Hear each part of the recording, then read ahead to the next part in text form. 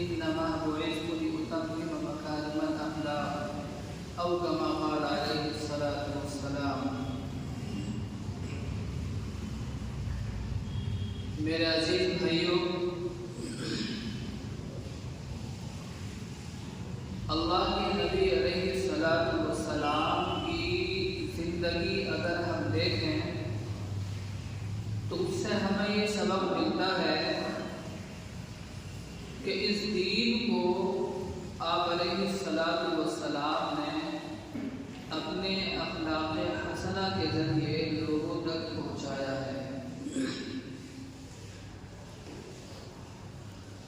آپ علیہ الصلاۃ والسلام کو 13 سال جو مکہ المکرمہ میں گزرے ہیں، ہر طرح کی تکلیف دی گئی، آپ کو ستایا گیا کہ کسی بھی طریقے سے آپ اپنے مشن سے رک جائیں اور آپ جو کام کر رہے ہیں آپ اپنے اس کام سے رک جائیں۔ اللہ کے نبی علیہ الصلاۃ والسلام نے ہر چیز کو نظر انداز کرتے ہوئے اللہ رب العزت والجلال کی طرف سے جو حکم ملا تھا اس دین کو پہنچانے کا لوگوں تک، اللہ کے نبی صلی اللہ علیہ وسلم نے اس کی خاطر ہر طرح کی قربانی دی ہے، تب جا کر کے یہ دین ہم تک، ہمارے پاس تک پہنچا ہے۔ اس میں بہت بڑا کردار آپ علیہ الصلاۃ والسلام کے اخلاق کا ہے، کیونکہ اگر اللہ کے نبی علیہ الصلاۃ والسلام کے اخلاق اچھے نہ ہوتے تو جو لوگ آپ کے آس پاس بیٹھا کرتے تھے آپ کے پاس بیٹھنے سے بچا کرتے کہ یہ بات سلیقے سے نہیں کرتے ہیں، کہیں بھی ٹوک دیتے ہیں، چہرہ بگاڑ کر کے بات کرتے ہیں۔ اللہ کے نبی علیہ الصلاۃ والسلام کی خاصیت یہ تھی کہ جو بھی آپ علیہ الصلاۃ والسلام سے ملتا تو اس کا جی یہ چاہتا تھا کہ میں اللہ کے نبی صلی اللہ علیہ وسلم کے چہرے کو دیکھتا ہی رہوں، اور جو باتیں آپ کی زبان مبارک سے نکلتی تھی ان کے ذریعے سے دل کے اندر ایک تراوٹ سی محسوس ہوتی تھی۔ یہ اللہ کے نبی علیہ الصلاۃ والسلام کی ایک خصوصیت ہے جو آپ علیہ الصلاۃ والسلام کو دی گئی تھی، اور اللہ کا کرم ہمارے ساتھ یہ ہے کہ ہم بھی الحمدللہ آپ علیہ الصلاۃ والسلام کی امت میں پیدا ہوئے ہیں۔ آپ صلی اللہ علیہ وسلم کو ماننے والی اس دور میں جو جماعت تھی وہ صحابہ کرام کی جماعت تھی۔ اللہ رب العزت والجلال نے ان کو ایسی خوشخبری دنیا ہی کے اندر دے دی، رضی اللہ عنہم ورضوا عنہ، کیونکہ اتنی قربانیاں، اتنی پریشانیاں اور اتنی تکلیفیں دینے کے باوجود بھی وہ اس دین سے پھرے نہیں، بلکہ مسلسل اس پر جمے رہے۔ مال کی قربانی دی، اپنی بیوی بچوں سے دور ہوئے، اپنے رشتہ داروں سے دور ہوئے، سب کچھ چھوڑ چھاڑ کر صرف اپنے دین کی حفاظت کے لیے دوسری جگہ چلے گئے۔ یہ کام آسان نہیں ہوتا ہے۔ آج جب ہمارے گھر سے ہمارا کوئی بھائی صرف پیسے کمانے کے لیے اگر باہر جاتا ہے تو ماں باپ الگ ہوتے ہیں، بیوی بچے الگ ہوتے ہیں، اور وہ بندہ جو اپنے آپ کو بہت مضبوط اور اسٹرانگ ظاہر کرتا ہے لوگوں کے سامنے، جب وہ الگ جاتا ہے تو وہ بھی روتا ہے۔ یہ صرف اس لیے ہے تاکہ میں اپنے بچوں کے ساتھ یا ان کو اچھی تعلیم دلا سکوں، ان کو سکون بھری زندگی دلا سکوں، پیسے کمانے جاتا ہے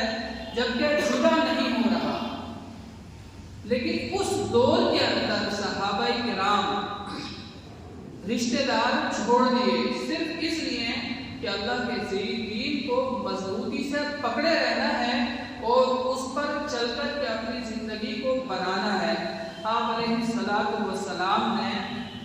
جب دیکھا کہ بہت تکلیف دے چکے، بہت پریشان صحابہ کرام ہو گئے ہیں. دیکھیے کسی بھی آدمی کو کمزور کرنے کے لیے اگر اس کے خاندان والے صرف یہ کام کر رہے ہیں کہ بھائی اس سے کوئی بات نہیں کرے گا، اس کا بائیکاٹ کر دو، ان کے ہاں شادی نہیں کی جائے گی، ان سے بات چیت نہیں کی جائے گی، ان سے لین دین نہیں کیا جائے گا، تو شاید اس بندے کے سامنے موت ہوتی ہے. یا تو یہ ہے کہ وہ بندہ مر جائے، یا یہ ہے کہ اس جگہ کو چھوڑ چھاڑ کر سکوں کہیں دوسری جگہ پر چلا جائے اور وہاں پر زندگی بسر کرے.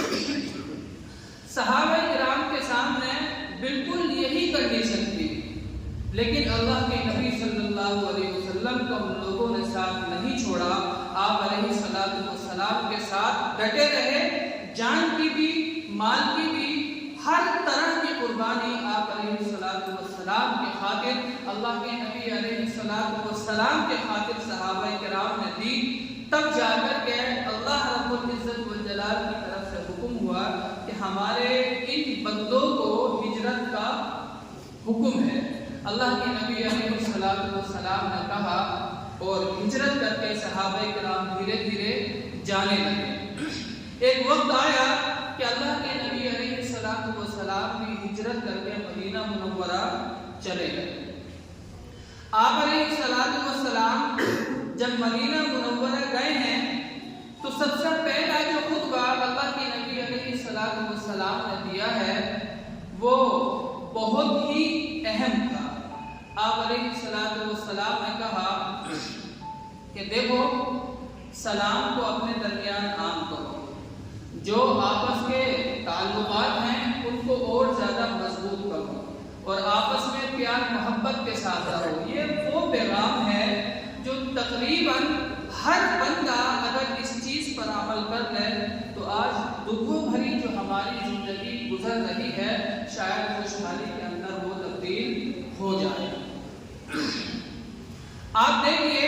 13 سال تک اللہ کے نبی علیہ السلام نے مکہ المکرمہ کے اندر بہت محنت کی، لیکن چند لوگوں کے علاوہ زیادہ لوگ مسلمان نہ ہو سکے. پھر ایک وقت آیا کہ جنگیں ہوئی، کوشش کی گئی کہ آپ علیہ السلام کو اور آپ کے ماننے والوں کو اس دنیا سے ہی مٹا دیا جائے. جنگ احد ہوئی، جنگ بدر ہوئی، بہت ساری جنگیں خندق، بہت سی جنگیں ہوئی اسی چیز کو لے کر کے کہ ان کو اس صفحہ ہستی سے مٹا دیا جائے. لیکن اللہ رب العزت والجلال کو اس دین کو پورے عالم کے اندر پھیلانا تھا تو آسان کام نہیں تھا مٹانا. جو اصل بات ہے وہ میں اب بتانے جا رہا ہوں. سن 7 ہجری میں یعنی آپ علیہ السلام کے مدینہ منورہ ہجرت کرنے کے بعد جب 7 سال ہو گئے تو ایک وقت آیا کہ اللہ کے نبی صلی اللہ علیہ وسلم عمرہ کرنے کے لیے آ رہے تھے. تو جو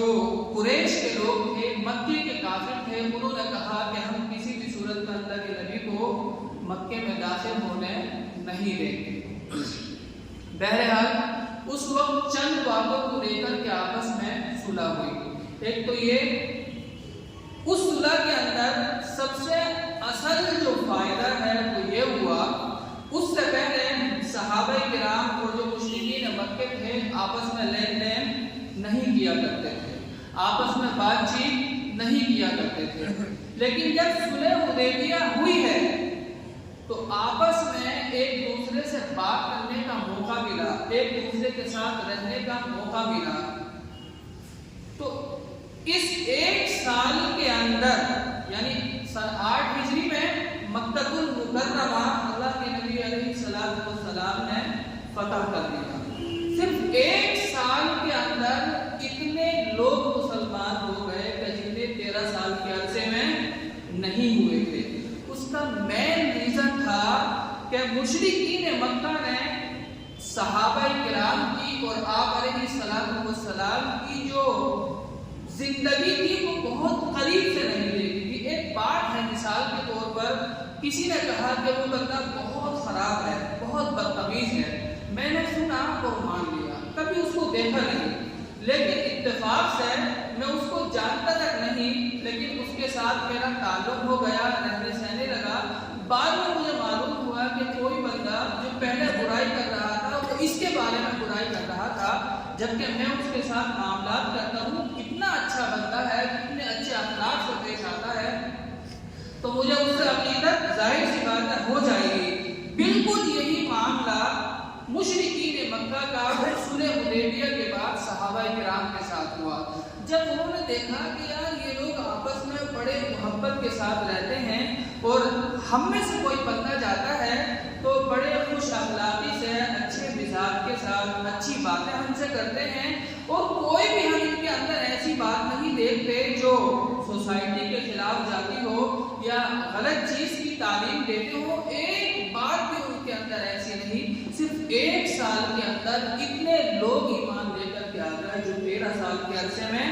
نہیں آئے تھے۔ کیوں؟ کیونکہ انہوں نے اللہ کے نبی اور صحابہ کرام کی زندگی کو بہت قریب سے دیکھا تھا۔ آپ دیکھیے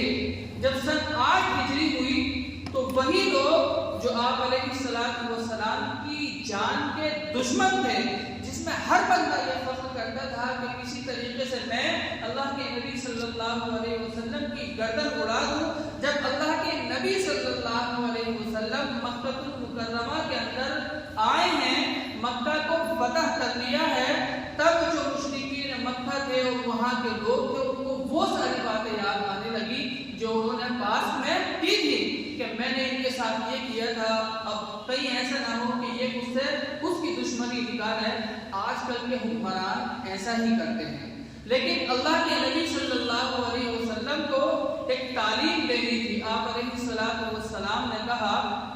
لا تثریب علیکم اليوم۔ اللہ کے نبی علیہ السلام نے کسی سے کوئی بدلہ نہیں لیا، بلکہ اس سے بڑھ کر کے جو سب سے بڑا دشمن تھا آپ علیہ السلام کا ابو سفیان، اللہ کے نبی صلی اللہ علیہ وسلم نے کہا کہ جو ابو سفیان کے گھر میں داخل ہو جائے اس کو امن ہے، جو خانہ کعبہ جو اس کا احاطہ ہے اس میں داخل ہو جائے اس کو امن ہے، اس سے کچھ نہیں کہا جائے گا۔ چند لوگوں کے سوا چند نام اللہ کے نبی نے گنائے تھے کہ ان کو معاف نہیں کرنا ہے، لیکن وہ بھی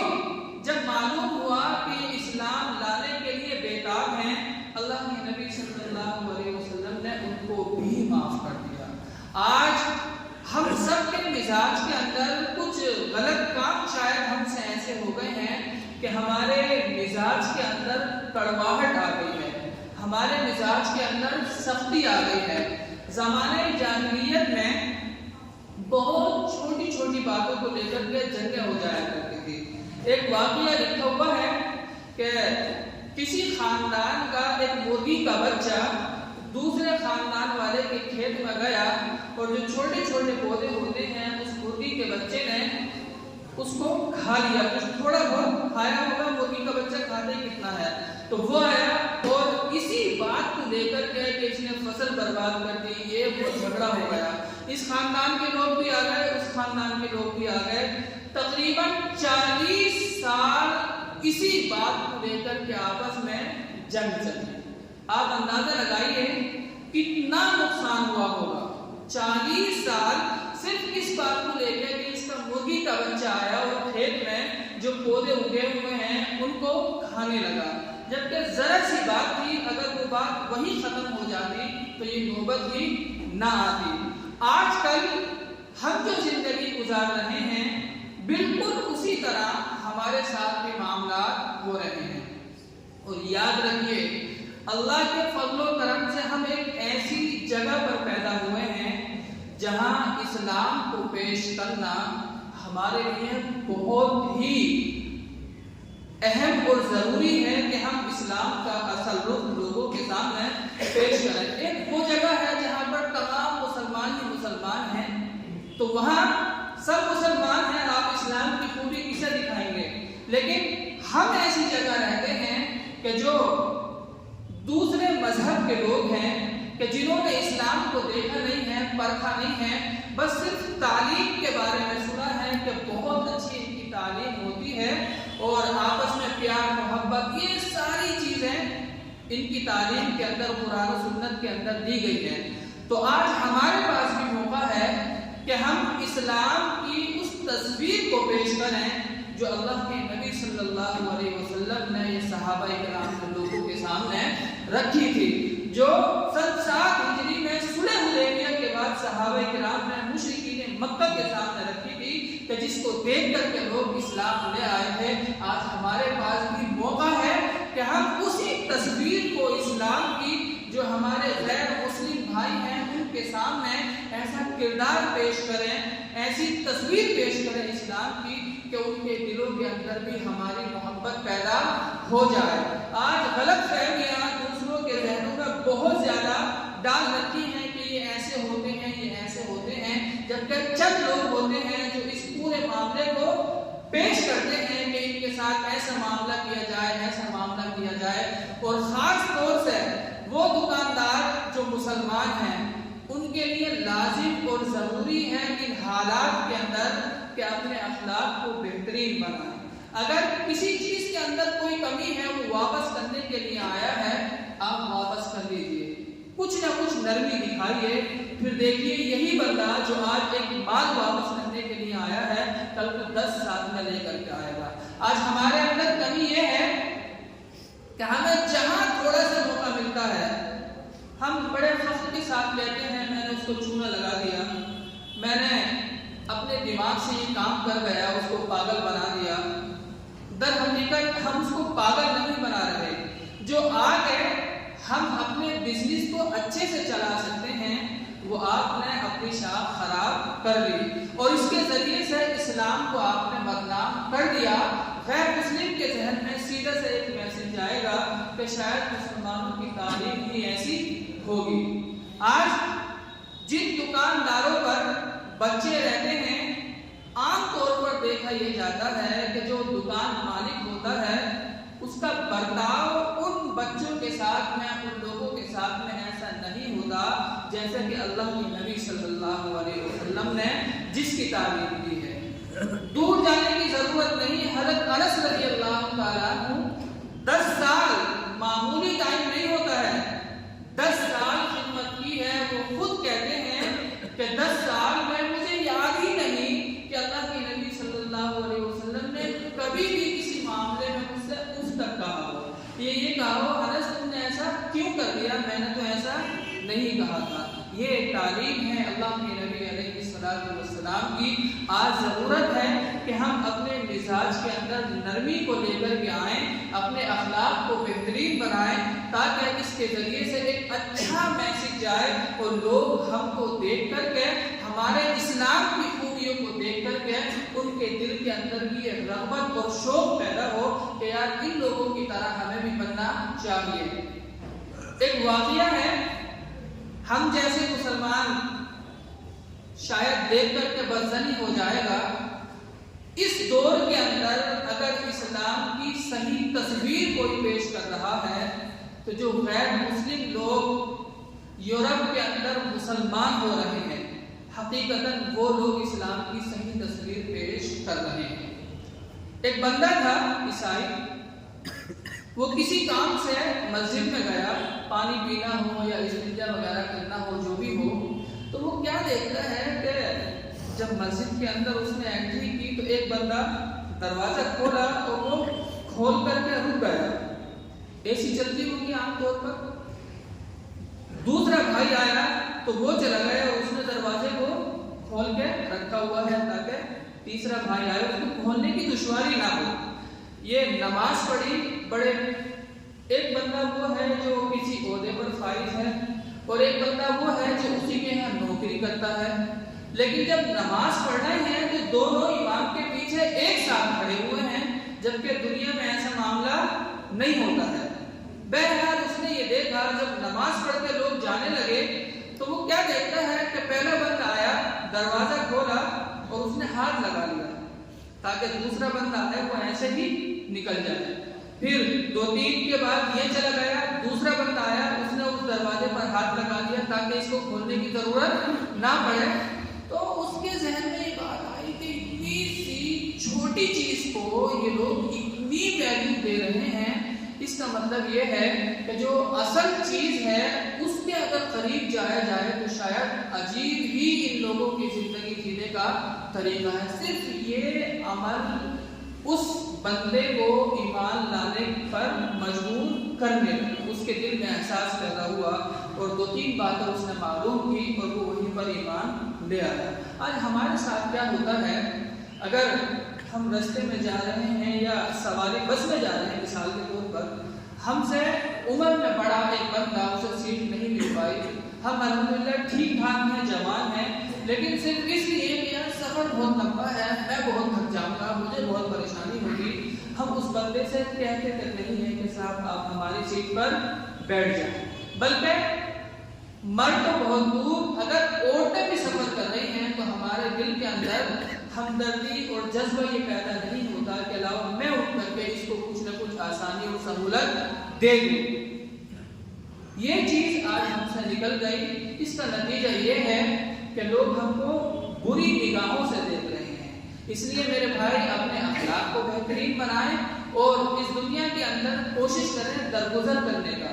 اللہ رب العزت والجلال اگر ہم یہاں لوگوں کو معاف کرنے کی عادت ڈالیں گے تو ہو سکتا ہے اللہ رب العزت والجلال کل قیامت کے دن جب حساب و کتاب ہو رہا ہو یہ کہتے کہ یار یہ تو میری شان تھی کہ میں لوگوں کو معاف کروں، تو بندہ ہو کے لوگوں کو معاف کرتا تھا دنیا کے اندر، میں پروردگار آج تجھ کو معاف کرتا ہوں. اللہ رب العزت والجلال ہمیں اچھے اخلاق کو اپنانے کی توفیق عطا فرمائے اور آس پاس میں جن لوگوں کے ساتھ ہم رہتے ہیں ان کے ساتھ درگزر کا، نرمی کا معاملہ کرنے کی توفیق عطا فرمائے.